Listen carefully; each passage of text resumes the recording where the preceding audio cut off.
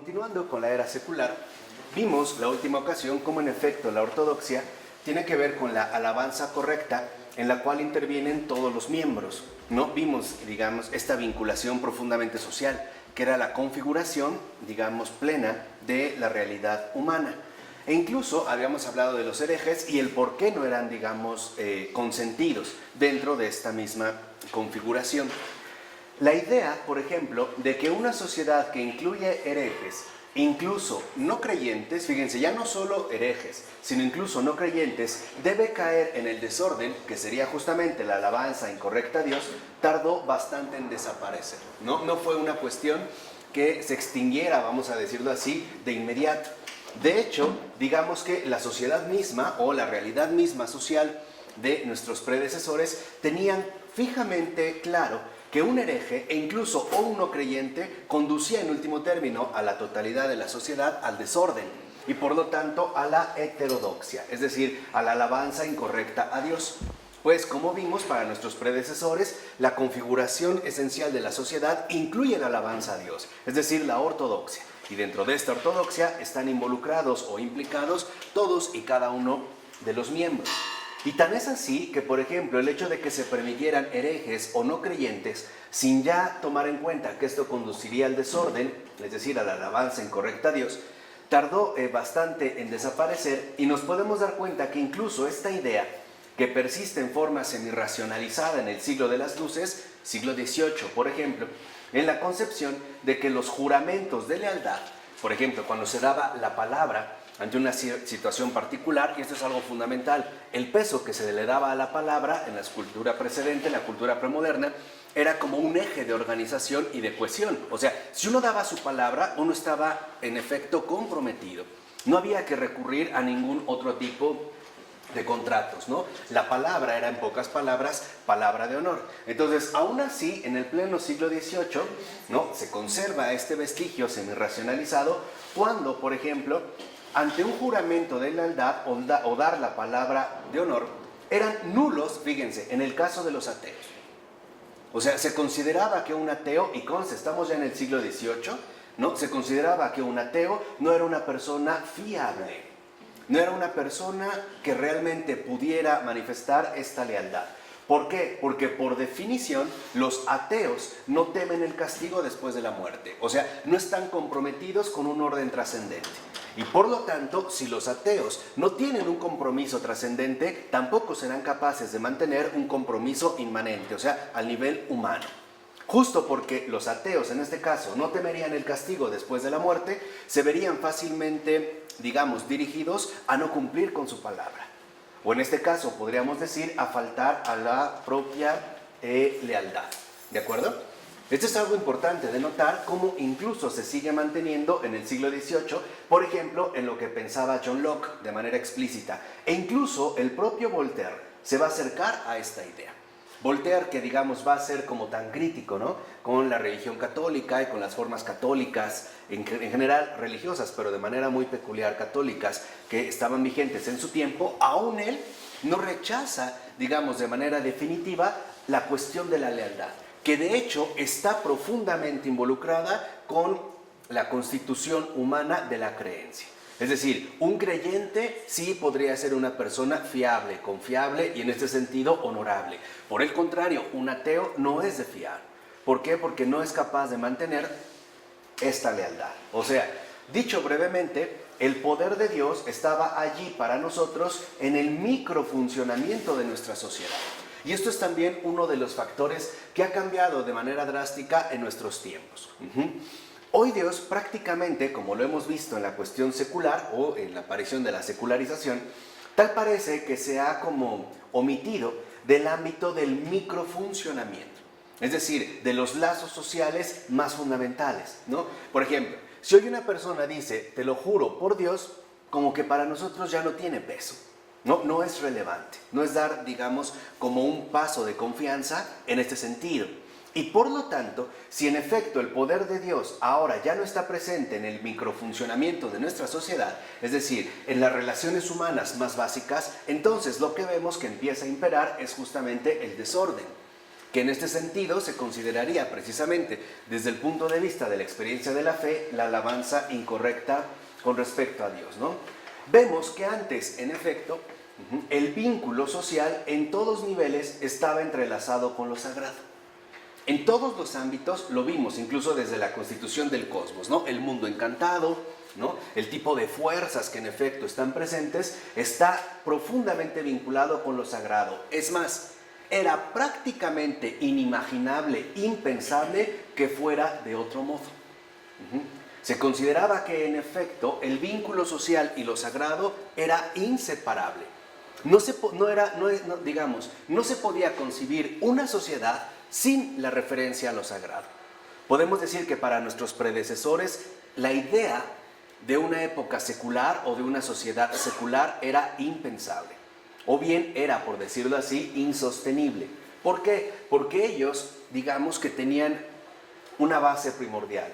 ¿Cómo una sociedad que no estuviese sostenida de ese modo, es decir, en su relación con lo sagrado o con Dios mismo, podría existir? No había, digamos, un planteamiento alternativo. No había una opción para configurar un orden social que no estuviera referido o vinculado de manera profunda en lo micro y en lo macro a Dios mismo. Y digamos que la base del razonamiento que lo sostenía era muy sencilla. Si esta sociedad no estaba arraigada en lo sagrado de Dios, entonces lo estaría en lo antisagrado del mal. Fíjense, no había alternativa. Justo, por ejemplo, como percibimos que ocurre de muchas maneras en el mundo contemporáneo. O sea, podemos decir que nuestros ancestros tenían la razón. Y el tiempo es lo que les ha dado la razón. Lo que les ha dado la razón, o a lo que les ha llevado a que les demos la razón, es un aspecto muy fundamental.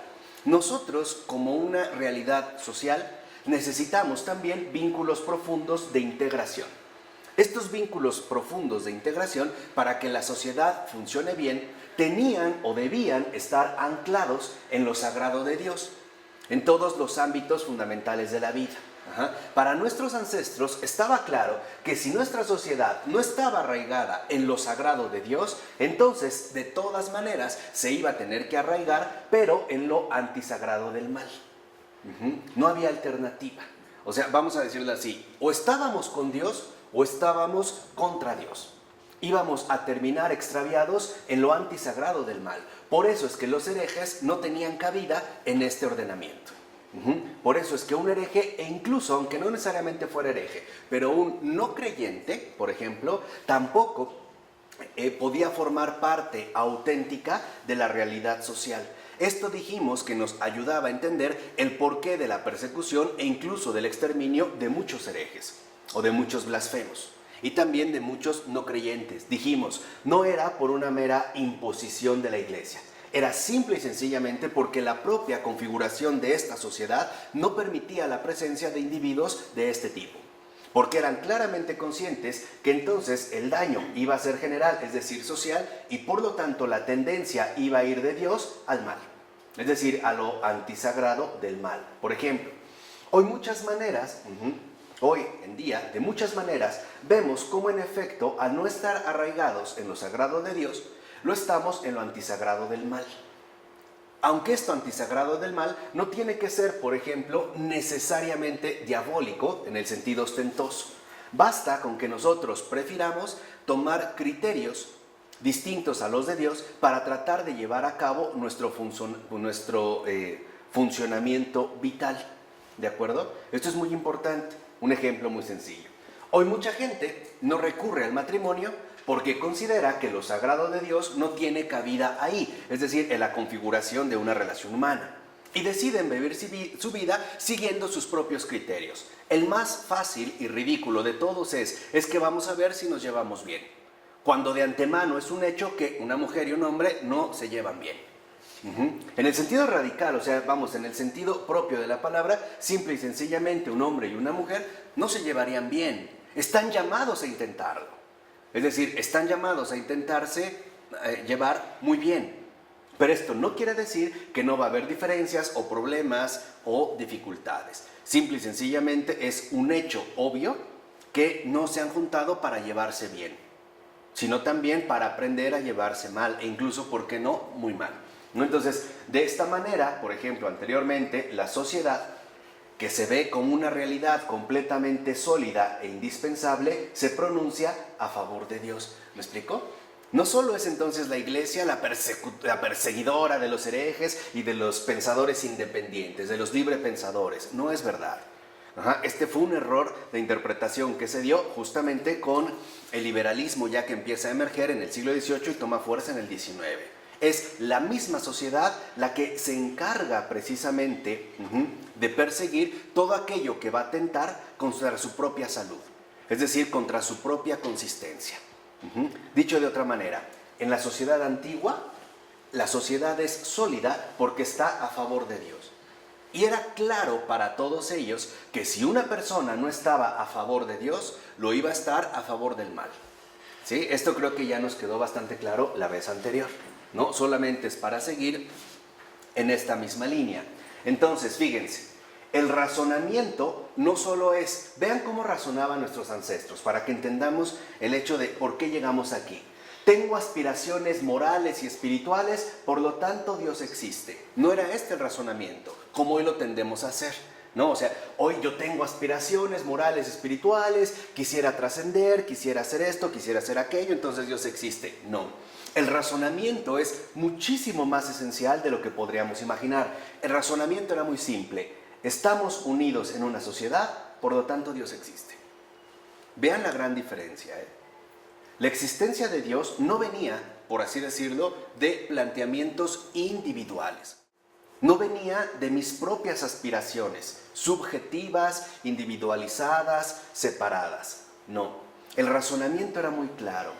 Si estamos unidos en una sociedad, y esta sociedad a su vez depende de una integración de fondo que en efecto nos logre ordenar tanto en lo macro como en lo micro, entonces Dios existe. Dicho de otra manera, para nuestros predecesores, la existencia de la sociedad humana es lo que garantizaba, de hecho, la existencia de Dios. Hoy para nosotros no solo no funciona ya, digamos, el fundamento de Dios mismo, sino que ni siquiera ya tenemos, por así decirlo, una mentalidad social. Quiere decir que en efecto hoy lo que reina es lo antisagrado del mal. Es decir, la incorrecta alabanza de Dios, es decir, el desorden. Vean la diferencia aquí. O sea, para nuestros antecesores, para la cultura premoderna, la sociedad es una prueba fehaciente y decisiva de la existencia misma de Dios. Es más, para ellos el razonamiento era tan sencillo como, estamos unidos en una sociedad, entonces Dios existe. Lo que falla en este caso no es Dios. Lo que falla es nuestra fidelidad a Dios, y no al revés. Vean cómo estamos precisamente en una especie de mundo invertido, ¿no? De situación real, de una realidad muy distinta a la nuestra, en la que supuestamente somos nosotros mismos individualmente los que vamos a definir qué tipo de Dios queremos adoptar. Dicho de otra manera, ¿cuál es el tipo de Dios que nos va a convenir o con el cual nos vamos a sentir bastante a gusto, ¿no? De hecho, probablemente, dice Charles Taylor, sea esta faceta, o sea, la vinculada al papel existencial fundacional de Dios en la sociedad, la que mejor explique lo difícil que fue acomodar nuestras mentes a la posibilidad de que pudiera existir una sociedad que no estuviese fundada en creencias religiosas comunes. Esta es, digamos, la faceta precisamente que logra explicar lo difícil que fue acomodar nuestras propias mentes a la posibilidad de una sociedad secular. Es decir, a una sociedad en la cual, como lo ha dicho Taylor, ¿no?, nuestras elecciones espirituales son ante todo por omisión, ¿no? Omitimos muchas otras variedades y nos quedamos precisamente con alternativas que nos resulten hasta cierto punto accesibles. Entonces, es muy importante que en efecto veamos cómo en este razonamiento fundamental de estamos unidos en una sociedad, por lo tanto Dios existe, se veía precisamente a la sociedad como una comunidad. Porque es el apartado que se va a empezar a trabajar ya a continuación, que es en el punto 3. tal y como lo hemos ido tratando de seguir el libro de Charles Taylor. Entonces, si la comunidad es, digamos, la idea motriz del funcionamiento social, entonces la iglesia sería por excelencia la sociedad genuina, es decir, la sociedad auténtica. Todo aquel que quede al margen de la iglesia, en efecto, no solo está fuera de la comunidad, estaría fuera de la sociedad misma, porque querría vivir al margen de la existencia de Dios. ¿Sí queda claro? Esto de veras es muy relevante. Entonces, en el apartado 3, en efecto, lo que ahora nosotros vamos a ver es cómo funcionaba realmente la idea de comunidad. ¿Cuál es la función que en efecto se va desprendiendo con respecto a la comunidad, cuyos perfiles más básicos ya hemos podido ver anteriormente? Lo primero que podemos mencionar es lo siguiente. En cierto sentido, podemos afirmar que el catolicismo medieval, y por catolicismo medieval estamos hablando básicamente desde los padres de la Iglesia, que es una configuración continuada por lo menos hasta el siglo XV, es decir, hasta el Renacimiento. En el Renacimiento se empiezan a dar unas modificaciones importantes, pero no inmediatas. Pero en todo este lapso de tiempo, más de 1000 años de continuidad, vemos que en efecto se incorporaba un tipo de equilibrio, el cual está basado en la complementariedad jerárquica. Fíjense, esto de la complementariedad jerárquica significa ya de antemano que en efecto la sociedad en su conjunto depende de que cada cosa esté en su lugar. Esto es lo totalmente opuesto, por ejemplo, al principio liberalista de la igualdad, todos iguales. Aquí no. Aquí se consideraba que para que en efecto la sociedad funcionara, se necesitaba necesariamente un principio organizador que estuviera basado en la complementariedad jerárquica. Es decir, que cada uno ocupara su respectivo ¿qué? Lugar. Y este respectivo lugar no va a estar dado solo por la función que realiza, sino, por decirlo así, el estatus que desempeña. Yo he escuchado de manera bastante criticable, por lo menos, muchas personas que hablan de manera bastante infundada. Por ejemplo, cuando se habla de los feudos, y dicen es que el señor feudal era el déspota que dominaba, ¿no?, a sus súbditos, a sus siervos en masa. Esto en realidad es ridículo, porque se nos hace olvidar que si esto de verdad no hubiera sido constituido un principio organizador de la sociedad, los propios siervos se hubieran sublevado contra uno. Eran miles contra uno. ¿Sí me explicó? O sea, no había manera, por puro sentido común, de mantenerlos, digamos, doblegados a todos. En realidad era parte del funcionamiento social en el cual, en efecto, se llevaba a cabo la complementariedad jerárquica. O sea, la sociedad antigua, por lo menos medieval, en efecto va a estar basada en un principio organizador que abarca la sociedad en su conjunto y que coloca a cada uno de los miembros en una escala, por decirlo así, vertical. O sea, para ellos hay jerarquías. Y por lo tanto, si hay jerarquías, hay diferencias, ¿no? Lo voy a tratar de aplicar en términos más contemporáneos. El principio organizador de la sociedad medieval, en general del catolicismo medieval, era lo que podríamos llamar un principio de las diferencias. Era claro que para que las cosas funcionaran, cada quien debía desempeñar papeles diferentes y funciones distintas en niveles jerárquicos. ¿Qué quiere decir? Que sí había digámoslo así, un planteamiento escalonado de las diversas jerarquías. Lo iremos viendo adelante. No se consideraba que todos éramos ¿qué? Iguales. Simple y sencillamente había personas que funcionaban en la jerarquía social dentro de un nivel más alto.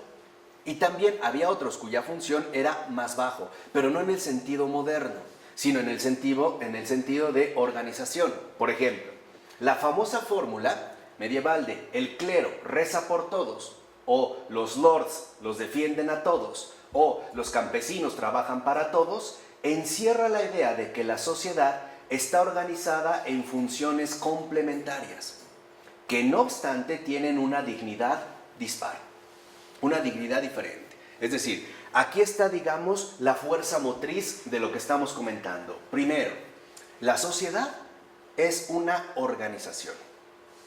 Ujú. Esto es lo fundamental, es una organización. ¿Y de dónde proviene esta noción de organización? No de la organización moderna, como hoy solemos entenderla a la manera de que cada quien realice las actividades que se le han adjudicado. No, la palabra organización está más bien tomada en un sentido literal de organismo. ¿Y cuál es, digamos, el referente inmediato y perfecto que tenemos para el funcionamiento de un organismo? El cuerpo. El cuerpo posee muy diversos miembros. ¿Estamos de acuerdo? Algunos realizarán funciones más vitales, por ejemplo el corazón, o el hígado, o el cerebro.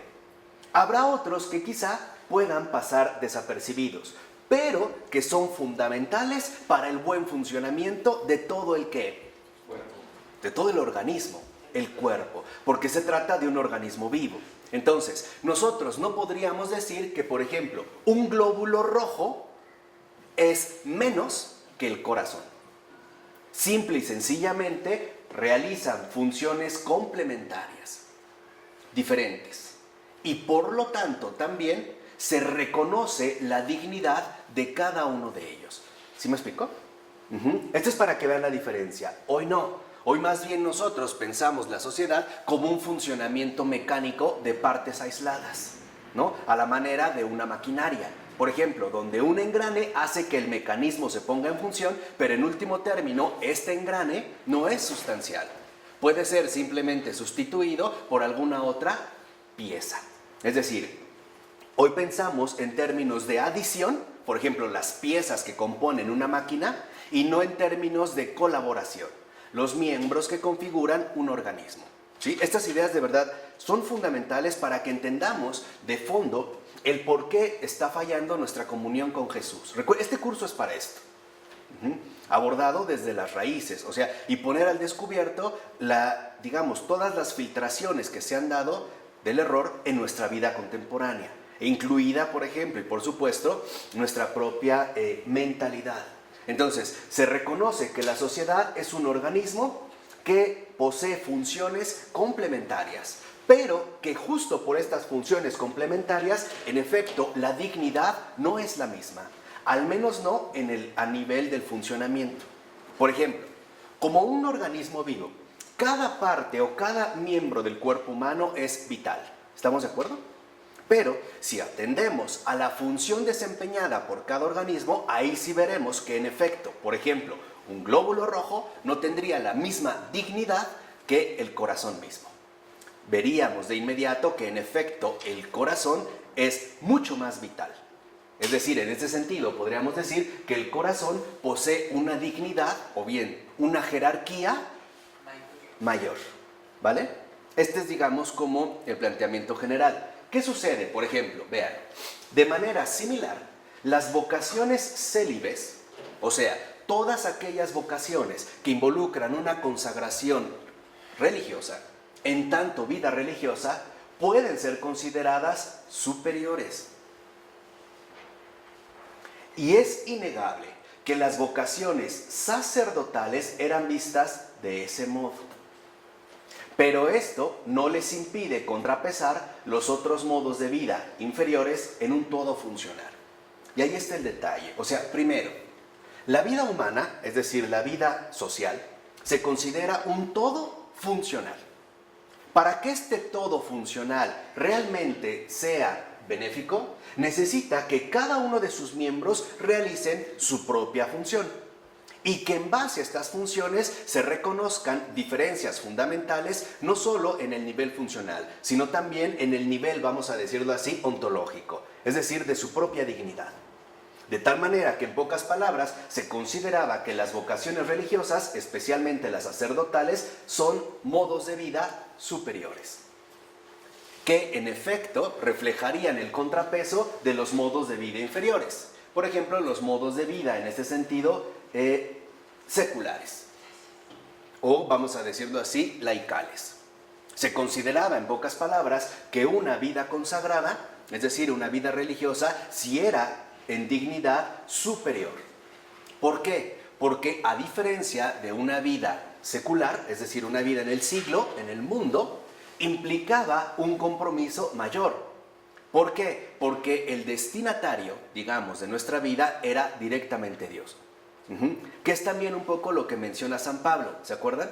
Hay una parte, ¿no?, en una de sus epístolas donde San Pablo dice, es mejor no casarse, pero si se casan, pues aguántense. No, no es cierto, pero un poco también lo sugiere, ¿no? Pero es como, es mejor no casarse.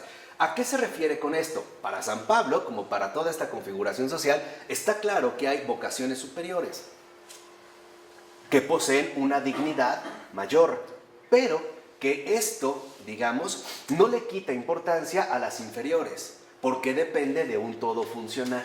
Entonces, en pocas palabras, lo que vemos es que este todo funcional, llámese sociedad, llámese iglesia, etcétera, está basado en un rasgo de equilibrio en tensión. Y esta es la clave fundamental de este todo funcional.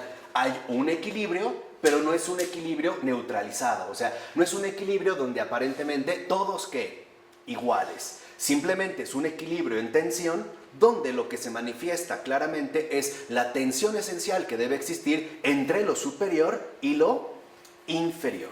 Este rasgo de equilibrio en tensión es justo lo que daba a la sociedad el sentido de comunitas, es decir, de comunidad. Hoy esto nos puede mostrar el por qué nos cuesta tanto trabajo, por ejemplo, intentar hacer algún tipo de comunidad. Porque no se da en nuestros esfuerzos contemporáneos este equilibrio en tensión. Más bien buscamos eliminar cualquier tipo de ¿qué?, de tensión. Y entonces incurrimos en el desorden, que es con lo que comenzamos hablando el día de hoy. Ejemplo, en la Iglesia Católica es claro que todo funciona si hay un equilibrio en tensión, o sea, si hay una complementariedad jerárquica. Y esto tiene un fondo que en algún momento von Balthasar nos explicó, y es muy simple. Para que no olvidemos que en la iglesia todo es recibido. Nadie hace nada por cuenta propia. Ejemplo, para comulgar necesito que alguien me dé la comunión, que alguien haga la consagración. Nadie va y pone sus manos y dice lo que se le da la gana y lo toma. Incluso para la confesión necesito que la absolución me llegue a través ¿qué?, de alguien. No mi propia educación, mi propia continuación. Es decir, ahí vemos que en efecto vamos a necesitar un equilibrio en tensión que nos aportará un todo funcional.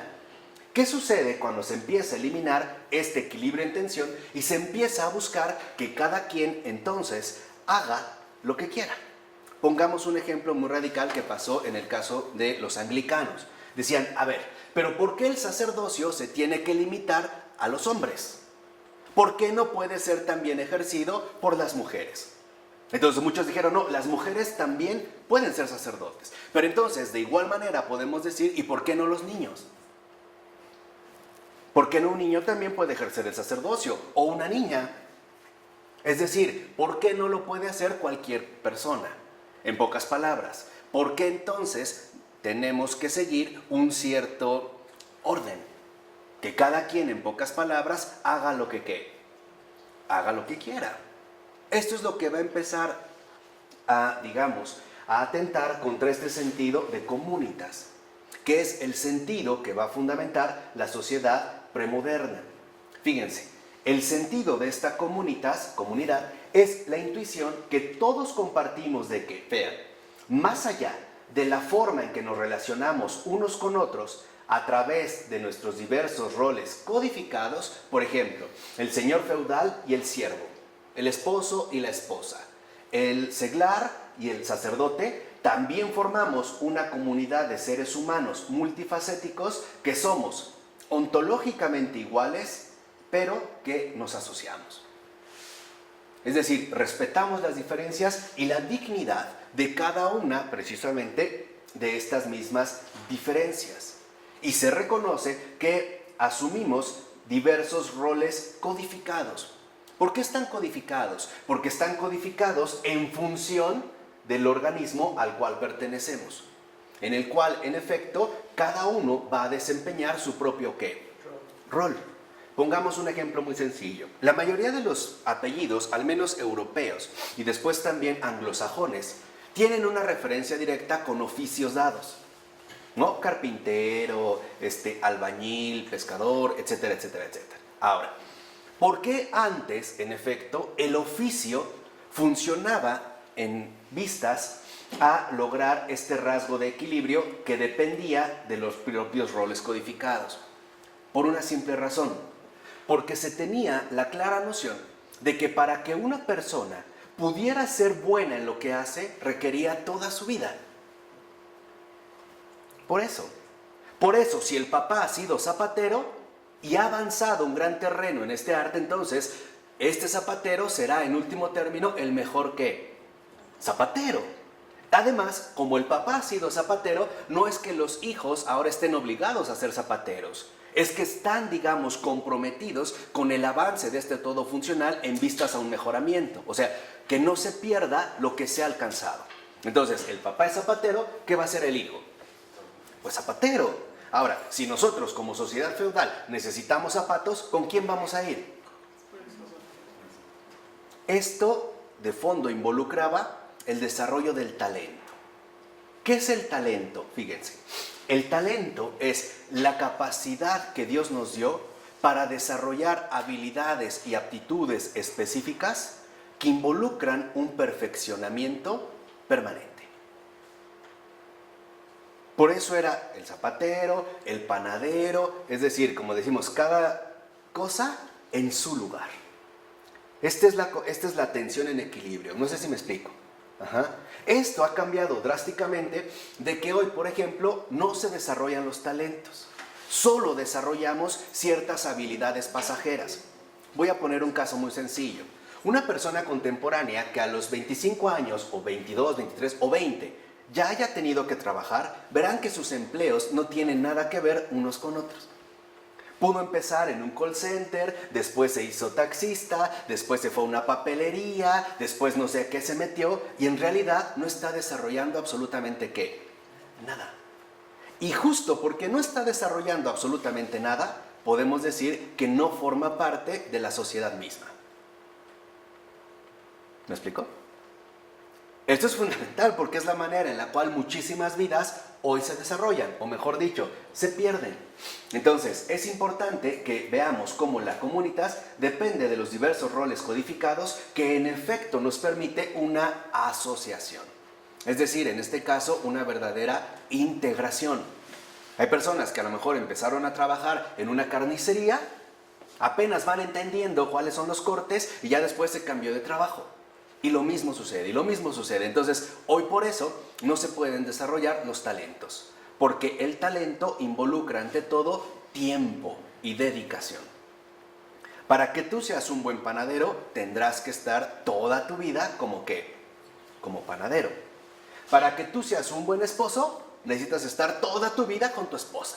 Y hasta el final, es decir, el lecho de muerte, podrás evaluar resultados. Antes no. No habría manera, digamos, de tener como un criterio más completo. Bueno, ¿qué sucede? Que entonces, este equilibrio en tensión generaba la sensación, uno, de que todos seres humanos, que como seres humanos somos iguales y que como iguales estamos juntos. Vean cómo es, digamos, un razonamiento completamente diferente a la mentalidad que hoy en día solemos asumir. Aquí la cuestión es distinta. ¿Por qué? Porque la atracción de integración de la comunitas es potencialmente multivalente. O sea, puede poner en primer plano no solo nuestra comunidad, sino también la de la humanidad, lo cual daba lugar a la confraternidad, liberando nuestra creatividad benéfica en favor de todos. O sea, hoy no solo se veía, por ejemplo, el hecho de que somos una cierta comunidad, sino que, como comunidad, somos iguales a otras comunidades. O sea, sí se tenía claramente la noción de humanidad a la manera de una gran familia. De una gran familia donde, en efecto, lo fundamental es, ante todo, que reconozcamos que en esto, es decir, en la vida humana, estamos todos, ¿qué? Juntos. Hay una colaboración, es decir, hay una verdadera confraternidad. Esto promovía que se destapara la creatividad benéfica en favor de todos. Es decir, se reconocía que si, por ejemplo, alguien lograba favorecer algo en su comunidad, esto iba a beneficiar a muchos otros. No era un negocio, pues, es lo que quiero que vean, no era un negocio, la mentalidad no era económica. La economía todavía ni ha aparecido literalmente en este afán de dominio.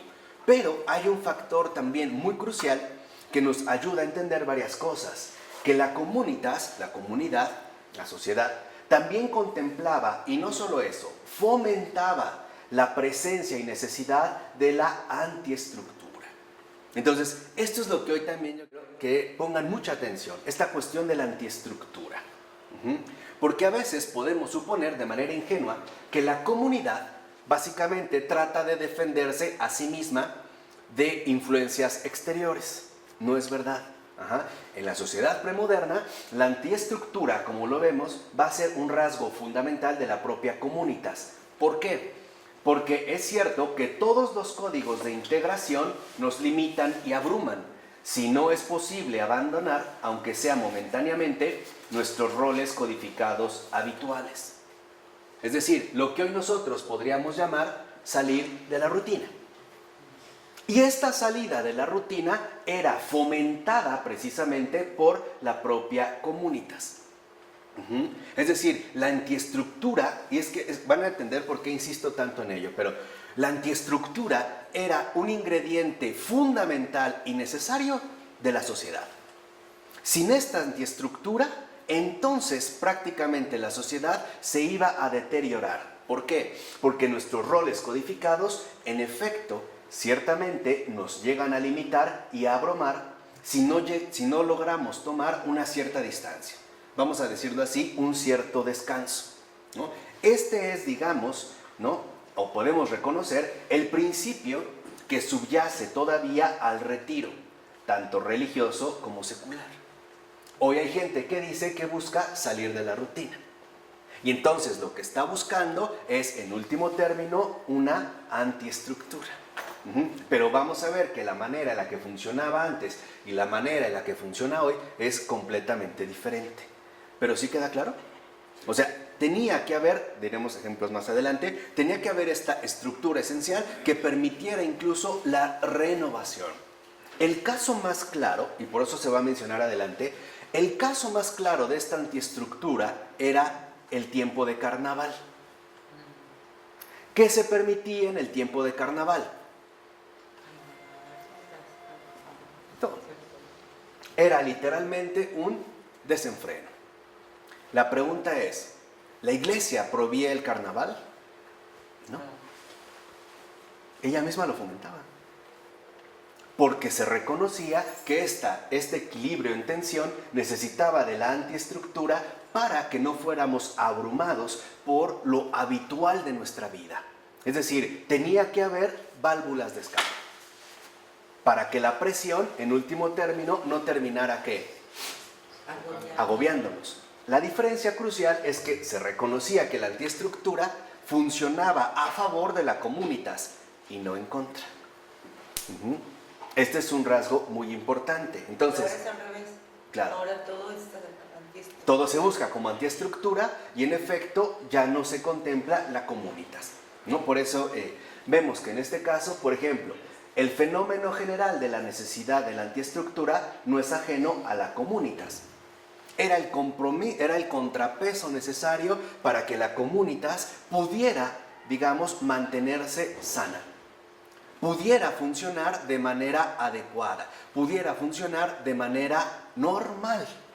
¿De acuerdo? Hay unos ejemplos que se mencionan, creo que vienen más, está aquí adelante, donde vemos que incluso los códigos habituales, es decir, los papeles que se desempeñan en una cierta sociedad, pueden ser completamente invertidos. Por ejemplo, donde al rey se le identificaba con el tonto del pueblo. El rey es respetado todo el año, pero hay un día donde al rey se le reconoce y se le trata como al tonto ¿qué? Del pueblo. ¿A qué ayudaba? Soltar el estrés. Aparte, soltar el estrés, pero había algo más de fondo. Ahogar. A reconocer nuestra igualdad de fondo. Que si él es rey no es por mérito propio, es por un plan providencial. Así que él puede ser todos los días del año rey, pero uno es el tonto del pueblo. Es decir, como cualquier ¿qué? Como cualquier otro. O sea, aquí entra la clave de la codificación, o sea, de la integración. Todos somos iguales, pero el llamado de Dios nos ha dado dignidades diferentes. Entonces, yo reconozco que al rey lo puedo tratar como el tonto del pueblo un día, pero todos los demás días, ¿qué es? Es rey. Hoy en día tratamos a los presidentes como los tontos del pueblo todo el año. Y no les damos ni un día para ser verdaderamente un presidente. Por ejemplo, para que vean cómo el mundo se fue poniendo patas para arriba. Entonces, ¿qué vemos? Que todos los códigos necesitan un contrapeso. Todos los códigos. Todos. Hoy lo seguimos intuyendo cuando una persona, por ejemplo, dice que quisiera salir de la rutina. ¿Cierto o no? De hecho, este es el papel moderno que juegan las vacaciones. Este es el sustituto moderno de esta integración. Ese es el papel que juegan las vacaciones o las oportunidades que se tienen para salir, en este caso, de lo habitual, llegando a extravagancias contemporáneas, por ejemplo, donde esta antiestructura se convierte ya en un vicio patente. Ejemplo, como nada más estoy con mi esposa y esto pues ya está siendo costumbre, muy aburrido, pues vamos a ir a un club swinger para intercambiar parejas. Aquí vemos ya, digamos, el desvío fundamental. ¿Y por qué? Porque si no hay este contrapeso, se corre el riesgo de caer en la rigidez, en el debilitamiento, en la atrofia de la cohesión social, la ceguera y quizá finalmente la autodestrucción. La sociedad antigua era muy clara del papel fundamental que juega la antiestructura. Así que yo a veces tampoco entiendo por qué a la Iglesia Católica se le dice que era como la que prohibía cualquier tipo de antiestructura. Si ella misma lo fomentaba, si era parte justamente de esta integración. Es más, es por eso que en la cristiandad latina la antiestructura estaba muy presente en tanto complementariedad. Por ejemplo, en el carnaval y en muchos otros ritos de inversión, como aquel donde al rey se le identificaba con el tonto del pueblo. Ojo, la Iglesia jamás se ha opuesto al carnaval. Se ha opuesto a la depravación humana que se puede dar en el carnaval o en cualquier otro lugar. O sea, no necesita el carnaval para hacer el ridículo. Y esto era algo que aquí también se daba, pero era fundamental que no cayéramos precisamente en la rigidez. Porque en la rigidez, por ejemplo, de los códigos que supiéramos utilizar, entonces esto conllevaría inevitablemente un cierto debilitamiento. Y al quedar debilitados, iríamos hacia la atrofia social, la ceguera y en último término a la autodestrucción. ¿De acuerdo? Entonces, esto era una parte fundamental. El rey es rey, pero en un día en particular, el rey es el tonto ¿qué? Del pueblo. Todavía quedan ciertos rasgos de este aspecto. Por ejemplo, cuando, no sé, en una fecha especial, el Día de la Madre. Se presenta el Día de la Madre y los hijos dicen, ahora nosotros te servimos. Tú siempre nos sirves, ahora tú siéntate, te servimos tu tequilita, te llevamos la comida, ahora nosotros te vamos ¿qué? A consentir, pero es un día. Porque el código no funciona así. Al otro día es mamá, mi playera, mi desayuno, dónde quedaron mis zapatos. O sea, volvemos en último término a lo que, a lo habitual. O el esposo, que a lo mejor la esposa le hace todos los días el desayuno y un fin de semana dice, hoy yo te hago de desayunar. El día de tu cumpleaños. Por ejemplo, ¿no? El día de tu cumpleaños, el 14 de febrero, hoy no cocinas, nos vamos a comer. O sea, buscamos precisamente esta complementariedad. ¿Qué ha sucedido hoy con este sentido de antiestructura? ¿Qué ha pasado? O sea, si antes funcionaba como esta integración fundamental, hoy en día lo que vemos es que no ha desaparecido por completo. Ese es el primer detalle, pues seguimos manteniendo un sentido de él en nuestra vida cotidiana. Por ejemplo, aún sentimos la necesidad de tomarnos unas vacaciones, hacer un alto y recargar nuestras baterías, lejos, sin hacer nada, fuera de nuestros roles habituales. Esto se sigue perviviendo, ¿no? Hay gente que dice, es que ya por eso es fundamental que en efecto tengamos momentos de descanso. Aunque curiosamente, hoy cuando nosotros tomamos vacaciones, no es un tiempo de descanso, es un tiempo de mayor agotamiento. Ajá. Porque, por ejemplo, si estamos en un viaje, quisiéramos conocer mil y un cosas, no dormir bien o descansar para aprovechar el tiempo, y entonces en lugar de recargar nuestras baterías, las desgastamos todavía más. Y después nos cuesta más trabajo reintegrarnos. Pero, por ejemplo, en este sentido, vemos que seguimos intuyendo la necesidad fundamental de esta antiestructura, ¿no? Vamos a decirlo así, de este contrapeso. Por cierto, hoy hay momentos similares al carnaval. Vean, momentos similares al carnaval. Por ejemplo, los días festivos, los partidos de fútbol. Que aquí, dice Taylor, como sus predecesores, llegando a este límite, hasta el límite y los excesos violentos, ¿no? Hay un desenfreno, lo vemos cada vez más en los eventos deportivos, particularmente en el fútbol, donde se han canalizado como un medio de antiestructura que a su vez se ha convertido en una gran trampa mundial. La mejor manera que hoy se tiene para llegar a las conciencias es a través de los eventos deportivos de nivel mundial. Especialmente el fútbol, después vendría el fútbol americano y de ahí para el real todos los que puedan alcanzar, ¿no? Los más pobretones en este sentido de impacto o de shock sería el tenis, el golf, etcétera, ¿no? Que se va reduciendo a una mínima cantidad. Pero hoy vemos que en efecto, vean, se ha perdido ya el sentido de comunitas. No lo vemos como algo beneficioso para todos. En último término, lo veo como algo beneficioso para mí, nada más. No hay ya esta integración de comunitas. Por ejemplo, en este caso, la comunitas hace su aparición en momentos excepcionales de peligro. Dicho entre paréntesis, esta cuestión de los partidos de fútbol fue investigada de manera seria y profunda por un gran católico, otro gran desconocido llamado Ryszard Kapuscinski, que él fue periodista católico extraordinario, poco leído, y fue el primero que anunció el riesgo que conllevaba la exaltación de los eventos deportivos, en particular del fútbol. Y se dio cuenta cómo el fútbol, digamos, funcionaba la manera en la que nosotros lo vemos jugar. Por ejemplo, todos corriendo atrás de una pelota de juego. No, si uno lo ve bien es raro, porque una pelotita va y todos para allá, para acá, todos para acá. Se supone que es un juego que puede terminar incluso en gran violencia. Entonces ya no es tanto un juego. Hay personas que lloran o avientan cosas, o sea, ya no es una cuestión deportiva, es otro tipo de cosas. Además, que se veía como un foco de atracción para las grandes masas. Es decir, los partidos, en particular de fútbol, venían muy bien para la estrategia del control de masas.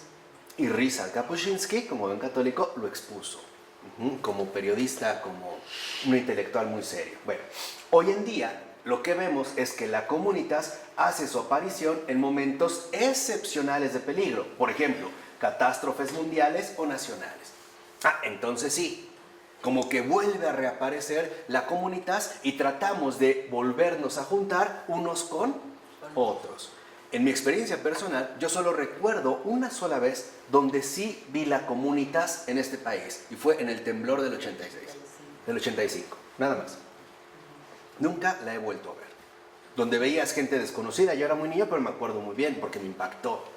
Donde veías gente desconocida que de repente salía con una olla de sopa o arroz o lo que fuera y le empezaba a dar, o en vasos o en lo que fuera, a gente que pasaba. O llegaba a las obras, ¿no? Donde estaban sacando los escombros y llegaba y empezaba a repartir. O alguien llegaba a tu casa y te decía, mira, se va a quedar, ¿cómo te llamas? Claudio. Pues mucho gusto, estoy buscando, ayudando. Y se acabó.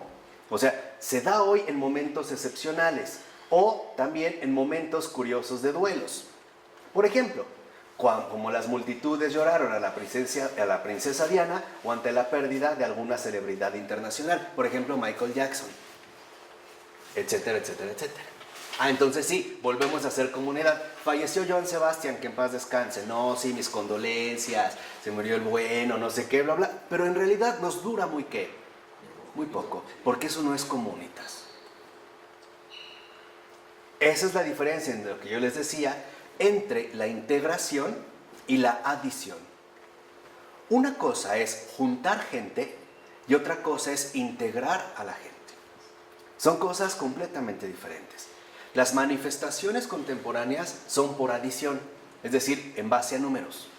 Y tú lo ves, ¿no? 50,000 manifestantes. Sí, pero ¿cuántos realmente están integrados en un mismo propósito? Yo lo dudo. Ni siquiera entre sus propios patrones o jefes sindicales, ni entre ellos. O sea, hoy nosotros nos podemos juntar un poquito bajo ciertas condiciones excepcionales y nuevamente volver a desintegrarnos. O sea, mientras antes lo que predomina es la integración, hoy en día vemos que en efecto lo que domina es la desintegración. ¿Cuántos familiares hay que tienen años que no se ven y solo se vuelven a ver en situaciones críticas de la vida? Por ejemplo, cuando falleció un familiar. Velorios y bodas.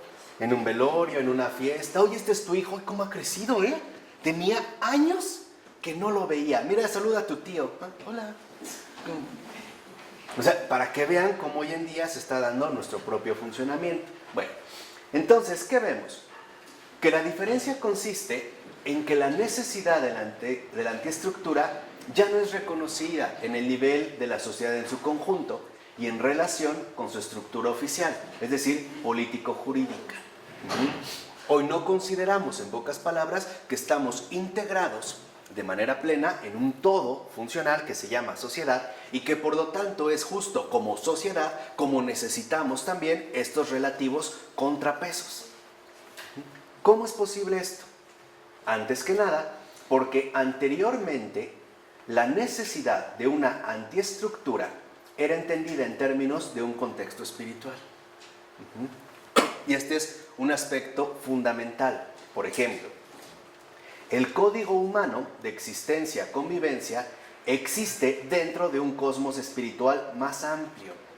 Y su apertura a la antiestructura es lo que se necesita para mantener a la sociedad conectada con el cosmos, o bien para extraer sus fuerzas. ¿Qué quiere decir? Que no solo es algo momentáneo, no solo es un rato, tiene que ver con la dimensión cósmica en la cual nosotros justamente estamos viviendo. Por eso se podía permitir, vamos a decirlo así, la entrada a este orden distinto de antiestructura que lo que iba a hacer era fortalecer a la sociedad misma. Porque esto era algo necesario, no para mí, sino que para todos. Pongamos un ejemplo muy sencillo. Hoy puede ser muy fácil que el patrón tenga vacaciones y el empleado no. Ahí lo vemos, que no funciona como un todo ¿qué? Integral. Antes, vacaciones son vacaciones, pero ¿para quiénes? Para todos. O sea, la empresa se cierra, pero nadie va, nadie. Hoy no. Hoy vemos que hay una especie, ¿no?, de degradación de la dignidad humana que se llama básicamente explotación. En efecto, una persona está, y el otro se toma, digamos, sus paréntesis cuando se le dé la gana, pero otro no descansa. Este es, digamos, uno de los aspectos esenciales a tener en cuenta. Por el contrario, ha sucedido que la secularización del espacio público ha hecho imposible entender así las cosas. Simple y sencillamente, para nosotros las cosas ya no funcionan de esta manera. Fíjense, la idea, por ejemplo, de que no hay necesidad de aceptar una referencia distinta a la que el código establece, un código de referencia, por ejemplo, trascendente, es lo que fundamenta la secularización en este sentido. Es decir, en tanto código de organización que no tolera límite alguno. No puede haber límites. O sea, no puede haber en este sentido contrapesos u opciones distintas al orden dado. Es el espíritu del totalitarismo que no deja lugar a un principio que lo contradiga. Por ejemplo, para la ex Unión Soviética, cuando llegó el partido bolchevique, que también ya de entrada es una mentira, porque bolchevique en ruso es mayoría, y nunca fueron mayoría, no fueron más que una literalmente insignificante minoría en comparación con la cantidad de pobladores rusos, ¿no?, de este extenso territorio. Todos debían ser comunistas. ¿Qué pasa con el que no es miembro del partido? Lo mataron. Quiere decir que entonces ahí lo que vemos es que hoy en día la antiestructura se quiere convertir en un dominio absoluto. ¿Para qué? Para todos. Esto es lo interesante. Esto es realmente, digamos, lo profundo de estos tiempos. Hoy no se tolera que haya excepciones, de ningún tipo. Vemos que de hecho el haber cedido a esta tentación, no tolerar límite alguno distinto al código imperante, es justo lo que ayudó a la secularidad moderna, en todos sus sentidos, a cobrar existencia. Al grado de que hoy vemos, por ejemplo, que si en un código imperante domina la corrupción, en todas sus formas, entonces no se tolera que alguien no sea corrupto. Simple y sencillamente, hoy la infraestructura quiere ejercerse bajo la forma de un dominio absoluto, pero engañándonos a través del cuento falso de que se trata únicamente de un afán de libertad. Pero la idea es que en realidad salgamos de esta libertad para ser presas de una esclavitud todavía que mayor.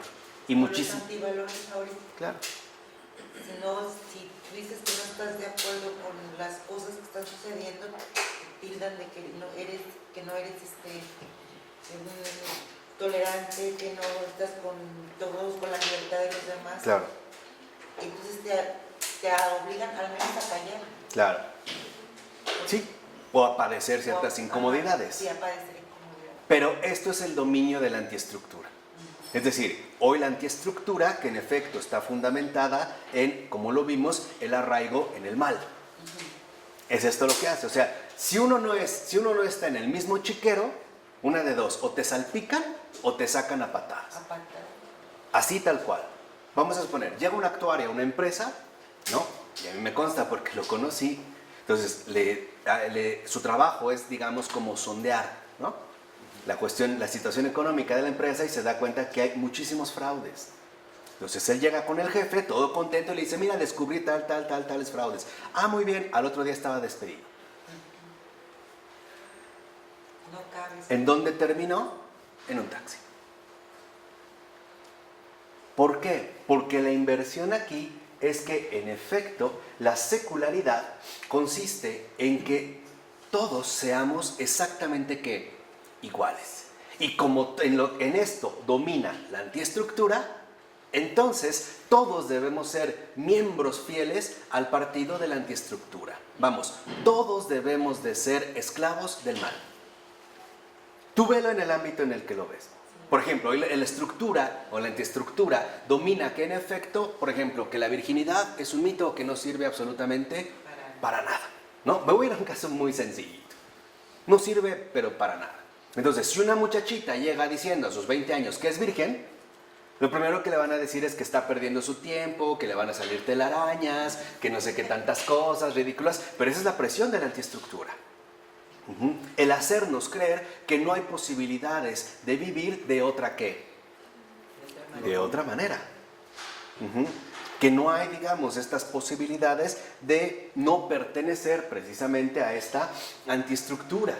Cuando uno se opone a la antiestructura, uno recibe la presión de esta antiestructura. Llámese burlas, persecuciones, etcétera, etcétera. Incluso hasta asesinatos. Lo estamos viendo en el Islam, en estos momentos en Medio Oriente. Y no es casual que al rato se vaya también a mencionar. Entonces, una consecuencia del eclipse de la antiestructura, o sea, en el sentido premoderno, fue la propensión a creer que no era necesario limitar el código perfecto, que se podía y debía aplicar sin restricciones. Volvamos a un caso muy simple. Antes era claro que el trabajo solo era de lunes a viernes, con 2 horas de comida, 1 hora de entrada y 1 hora ¿qué? De salida. Hoy en día ya nada funciona así. ¿Por qué? Porque en efecto no se busca poner límites al código que se ha impuesto, en este caso a la antiestructura. Es justo esto lo que ha permitido que haya empleos con fines netamente económicos, mercantilistas, donde vemos que la empresa trabaja 365 días al año, 24 horas ¿qué? Al día. Y te lo remarcan en letreritos que te dicen, abierto todos los días del año, abrimos días festivos, abrimos no sé qué, bla, bla, bla, bla. O sea, que todo finalmente ingrese dentro de esta misma, vamos a decirlo así, secuela. Ya no hay posibilidades, si lo ven, de renovación. Esto es lo que va produciendo, como lo vimos anteriormente, que la sociedad misma se comience a autodestruir, se debilite, porque no tiene válvulas de escape en las cuales precisamente encontrar esta renovación fundamental que de hecho le es necesaria. Antiguamente sabíamos perfectamente bien que los periodos vacacionales eran bastante amplios. Las vacaciones de verano eran mínimo 2 meses. Había vacaciones de invierno, 3 semanas o un mes. A esto había que añadirle, en efecto, por ejemplo, Semana Santa, que era la Semana Santa más la primera semana de Pascua, más todos los días festivos, es decir, todos los días que la iglesia nos estaba ofreciendo. Y se empezaron a quitar poco a qué, a poco, al grado de que hoy mucha gente ya no tiene vacaciones de Semana Santa. A lo mucho tendrá 2 días, jueves y viernes. Y eso quién sabe, porque el jueves mediodía. El viernes porque de plano dicen, es que está todo ¿qué?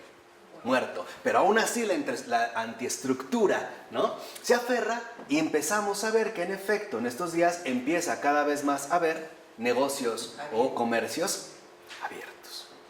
Pero esto es grave. ¿Por qué es grave? Porque en efecto involucra que ahora nosotros estamos quedando sometidos a una de las ideas rectoras que guiaron a los diversos movimientos y regímenes totalitarios de nuestra época, los cuales hoy en día no están exentos, o más bien no se han extinguido por completo. El fascismo o el comunismo ya pasaron históricamente, pero todavía están las condiciones para que emerjan nuevos totalitarismos muchísimo más agresivos y muchísimo más destructivos que lo que nosotros vimos en el siglo XX. Ahora bien, fíjense, la época de la Revolución Francesa, es decir, 1789, es quizá el momento en el que en un único y mismo momento se eclipsa la antiestructura y se evalúa seriamente el proyecto de aplicar un código sin límites morales. Es quizá el único momento donde se conjugan de manera plena el hecho de aplicar este código sin límites morales. Es decir, ahora todos ¿qué? Todos iguales. Todos iguales. Esta es la imposición del código sin límites. Es el sometimiento, pues, a que todos quedemos subyugados a lo que en este momento, por ejemplo, se está imponiendo. Al grado de que, por ejemplo, podían sacar a un sacerdote de su parroquia y patearlo, porque ya no formaba parte de este nuevo ¿qué? Código. Entonces, ello se manifiesta de la manera más clara en los intentos de los diversos gobiernos revolucionarios, que no solo se remiten a Francia, por diseñar fiestas, vean, que expresaran y afianzaran la nueva sociedad. Las antiestructuras antes tenían que ver precisamente con una renovación espiritual del ser humano. Pero como ahora queremos que no haya una injerencia literal de la religión, vamos ahora a imponer el código, pero les vamos a tratar de dar ciertos sustitutos. Y en lugar, por ejemplo, hoy que es día de San Charbel, ¿no? Pero en lugar de hablar del día de San Charbel o el nacimiento del Señor, pues vamos a hablar el día de la independencia, el día de la marina, el día del ejército. Y ahora se están inventando cada vez más cosas y más cosas ridículas. Día de la mujer, día del medio ambiente, día de la no contaminación, el día del perro, el día del gato, el día de las amibas, el día del arco iris, el día de la bandera, o sea, el día de la ceja pintada, el día del pelo lacio, o sea, ¿por qué? Porque se están acabando esos sustitutos. Por eso empezamos a ver estas ridiculeces. Pero para poder hacerlo se basaron primordialmente en las festividades anteriores. Por ejemplo, en el carnaval, los peregrinajes y en las procesiones del Corpus Christi. Aquí vemos que en efecto la Revolución Francesa también es deudora de las formas religiosas que sostuvieron a la sociedad durante tanto tiempo. Hoy, en lugar de carnaval, tú puedes encontrar cualquier tipo de orden en efecto de desenfreno. Piensa en Ibiza o en cualquier antro, ¿no? Cualquiera de este tipo de zonas. O en los fest, que hoy están tan de moda, ¿no? Eco Fest, Beer Fest, todo fest, fest, fest. Lo que vemos es un comportamiento similar a lo que ocurría precisamente en un ¿qué? Carnaval. Los peregrinajes. ¿Qué vino a sustituir el peregrinaje? Los viajes turistas. Antes tú ibas a un lugar de peregrinaje porque era fundamental entrar en contacto con estas fuerzas superiores. Hoy no.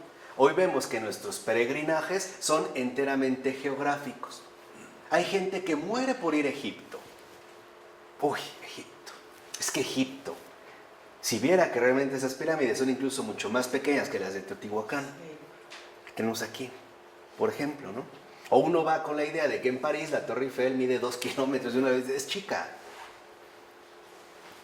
No, o sea, no es realmente lo que nos han querido en este sentido mostrar. Entonces, hoy para nosotros, en lugar de peregrinar, lo importante es vacacionar. Ir a lugares particulares. Ya no peregrinamos. Pero esto es heredado de estos códigos sin límites. O sea, ahora esta nueva configuración social nos va a decir qué tenemos que hacer. Y no solo esto, cómo lo tenemos que hacer. ¿Y qué ha pasado con las procesiones del Corpus Christi?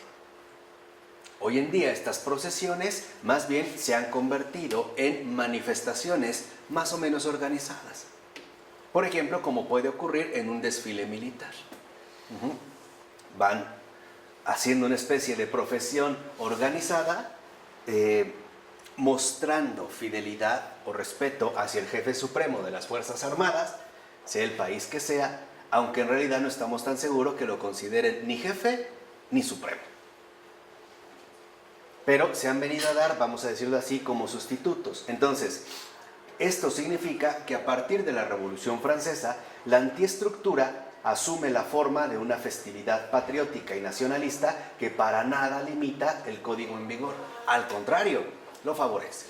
Por ejemplo, el día de la Revolución Francesa. Entonces, ese día es para acordarnos, por ejemplo, que todos somos franceses y que todos debemos vivir como el nuevo orden lo establece.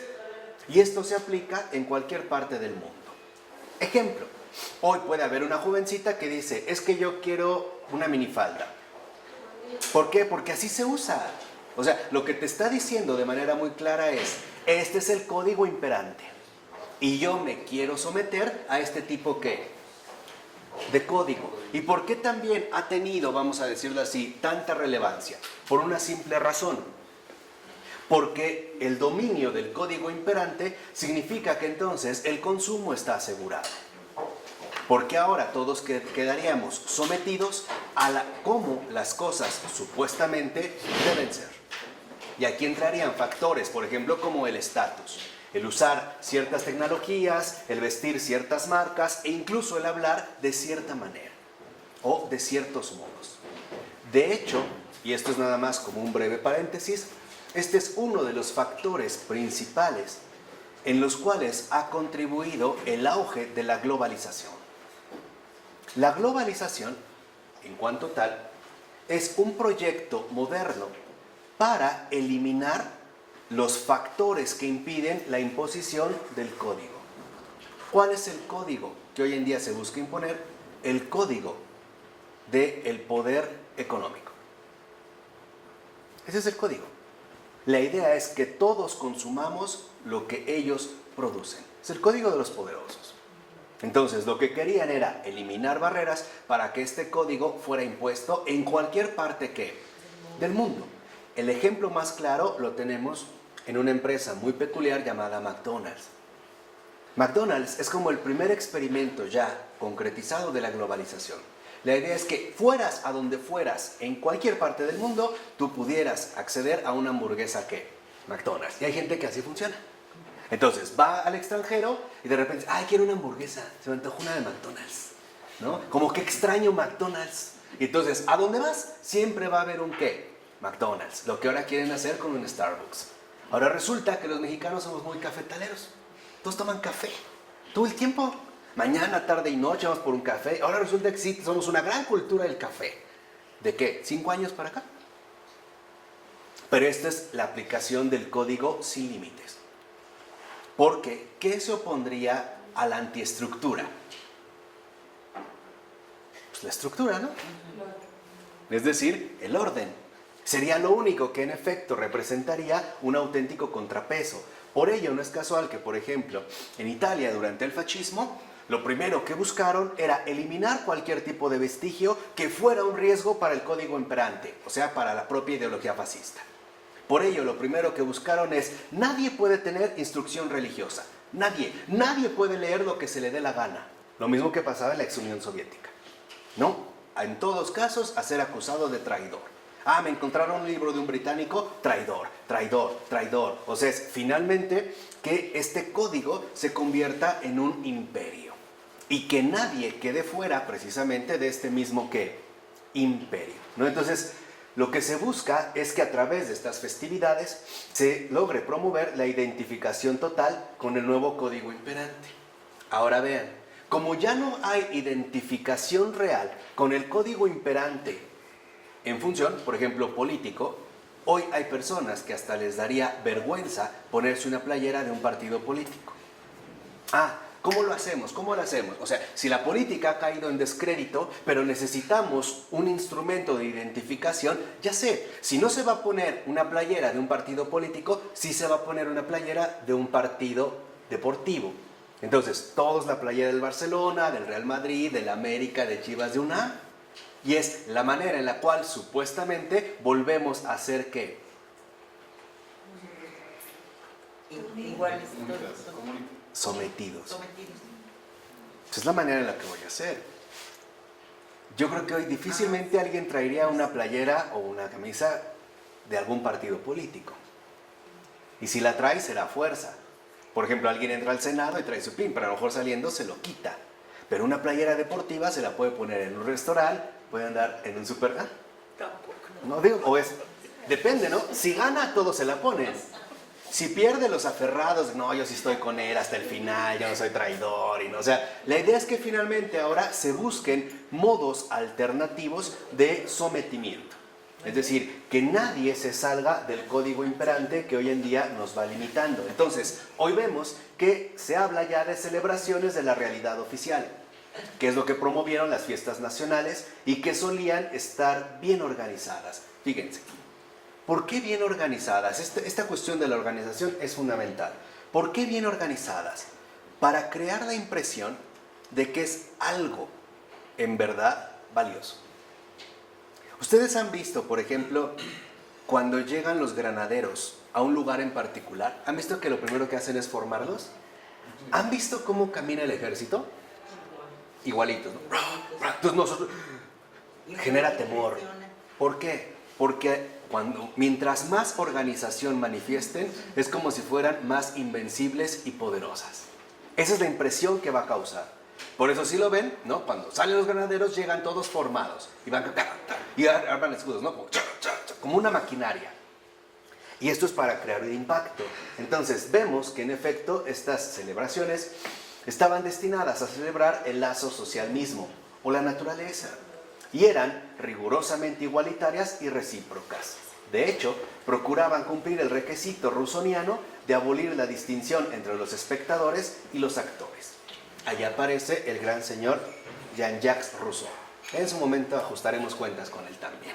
Está en la lista. Pero la idea de Rousseau era que habría que eliminar la distinción entre espectadores y actores. Es decir, que no hubiera distancias entre unos y ¿qué? Y otros. Que prevaleciera en este sentido el principio de igualdad. Vuelvo a repetir, o sea, todos iguales. Pero es lo que les he dicho, es un principio que es incoherente con nuestra propia realidad. Hoy hay mucha gente que habla de manera de verdad irresponsable de la igualdad. Sí, es que todos somos iguales y todos iguales. Pero a ver, cuando le digo, bueno, entonces vente, vamos a cortarnos el cabello igual, ya no quieren. Entonces ya no. No, si somos iguales. A ver, vamos a comer todos lo mismo, pero todos me refiero todos. ¿Y la misma cantidad, del mismo modo? No. Para empezar había problemas. ¿Y quién va a decidir qué vamos a comer? ¿Vamos a vestir todos iguales? No. ¿Vamos a actuar de la misma manera? No. O sea, aquí es cuando empezamos a ver estas incoherencias. Se trata, en efecto, de celebraciones, en este caso, decididamente antropocéntricas. Ahora el enfoque está en dirigir la atención al hombre. Es decir, en que nuestra atención quede dirigida al nivel humano. Ejemplo, antes la atención no se dirige al hombre, se dirige a lo divino. Por eso hay referencias a los santos. Porque intuimos que en un santo no solo hay un hombre, hay algo más. Hay una dimensión trascendente. Hoy en día lo que encontramos no son, vamos a decirlo así, estatuas de santos, sino héroes nacionales. Vemos a un don Benito Juárez, ¿no? Siempre peinado de la misma manera, un busto aquí, un busto allá, y siempre igual. La referencia es que en efecto ahora solo lleguemos a considerar que hay ¿qué? Hombres. Es decir, que lo máximo a lo que podemos aspirar es a lo que puede darse en el ámbito de la dimensión humana. Vayan por Reforma. ¿Han visto esas estatuitas? Puros hombres. Hombres, hombres, hombres. Es más, se llegó, por ejemplo, en el caso del monumento a los niños héroes que está en Chapultepec, donde vemos cómo a un héroe patrio lo coronan unos ángeles. ¿Esto qué significa? Que hay un propósito de divinización de lo humano. Creer que los hombres son los grandes dioses que en efecto nos pueden dirigir y nos pueden encaminar. ¿A dónde? Ya lo hemos visto, ¿no? Entonces, en este caso, se considera que la única religión verdadera es aquella que ennoblece y enaltece al hombre a darle una idea sublime. Otra vez Rousseau. Les digo que ya está en la lista, no le falta mucho para que le lleguemos, pero de la dignidad de su ser y de los grandes destinos a los que es llamado por el diseñador de la condición humana. O sea, ahora se fomentan que en efecto los hombres busquen ser solo eso. Hombres. Sobresalientes en algunos aspectos, pero a final de cuentas, hombres. Y buscar, por ejemplo, estos grandes destinos que hoy en día mucha gente quiere seguir realizando a través, vuelvo a repetir, del dominio geográfico, ¿no? Hoy tú le puedes preguntar a un joven qué quiere y lo que te va a decir es viajar. Es más, para muchos jóvenes el sueño de su vida es estar en un lugar o participar de un evento. Ir al concierto de los Rolling Stones o ver el preestreno de la película tal, o ir a tal lugar, o conocer a tal persona, o qué sé yo. O sea, siempre finalmente expectativas de corto y mediano plazo, no más, cuando mucho. Ya no hay, por decirlo así, un verdadero deseo de trascendencia en un imperio de dominio. Al grado, por ejemplo, que hoy también hay mucha gente como homosexual considera que todos somos homosexuales. Lo que pasa es que no lo sabemos, o no lo hemos descubierto, o no lo hemos probado, ¿no? Entonces, ¿cómo sabes que no eres homosexual si no has estado? O sea, es, digamos, una forma precisamente de dominio. Entonces, aquí nosotros veríamos, por decirlo así, dos rasgos muy particulares. Que hoy la comunidad, en cuanto tal, la comunitas, se ha disuelto ante todo porque no funcionamos como una integración, sino que más bien únicamente solemos avanzar como una adición, que puede darse en casos muy particulares. Y porque hoy no hay, digamos, esta tensión en equilibrio en la cual se reconoce la dignidad diferente de cada función dada. Este pensamiento, esta mentalidad de la igualdad, ha causado severos estragos justamente en nuestra propia realidad humana, porque no nos permite entender el funcionamiento real de cada cosa. Es decir, no nos permite contemplar en su justa medida cómo son las cosas realmente en base al papel que ocupan. Y en este caso también al papel que desempeñan. ¿De acuerdo? Pero bueno, vamos a dejarlo hasta aquí en este momento y continuaremos la siguiente ocasión. Padre, del Hijo, del Espíritu Santo. Amén.